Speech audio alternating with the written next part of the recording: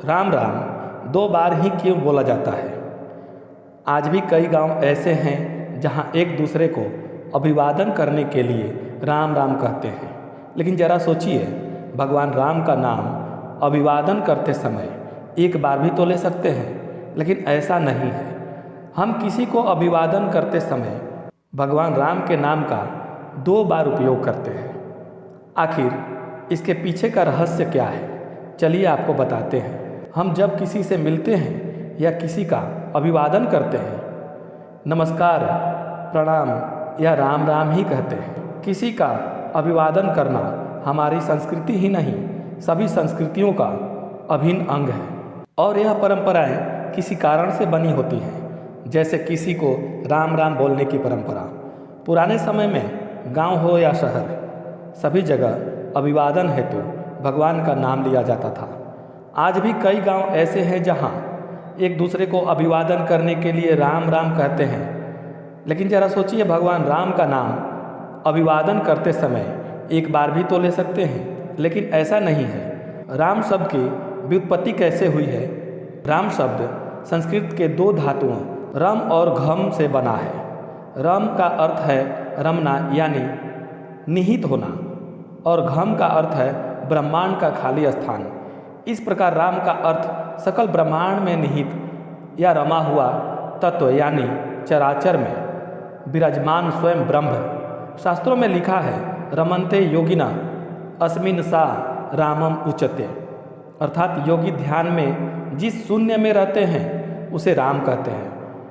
अभिवादन के समय राम राम 2 बार क्यों बोलते हैं? राम राम शब्द जब भी अभिवादन करते समय बोला जाता है तो हमेशा 2 बार ही बोला जाता है। इसके पीछे एक वैदिक दृष्टिकोण माना जाता है। वैदिक दृष्टिकोण के अनुसार पूर्ण ब्रह्म का मांत्रिक गुणांक 108 है।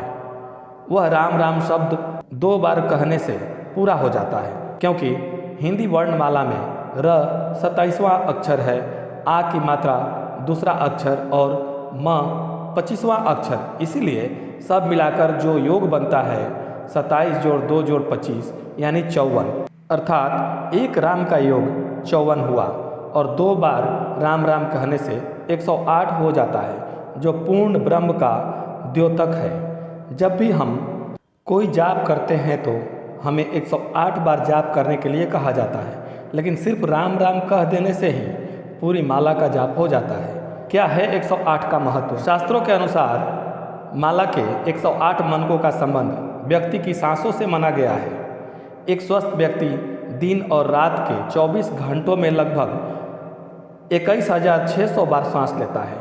माना जाता है कि 24 घंटों में से 12 घंटे मनुष्य अपने दैनिक कार्यों में व्यतीत कर देता है और शेष 12 घंटों में व्यक्ति लगभग 10,800 बार सांस लेता है।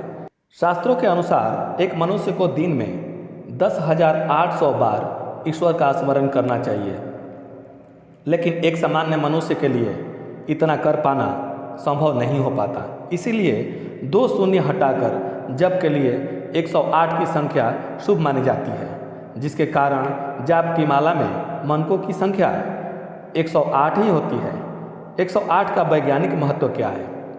यहाँ हम अगर वैज्ञानिक तथ्य की बात करें तो 108 मनकों की माला और सूर्य की कलाओं का एक दूसरे से संबंध माना गया है। वैज्ञानिक तथ्य के अनुसार एक वर्ष में सूर्य 2,16,000 कलाएँ बदलता है।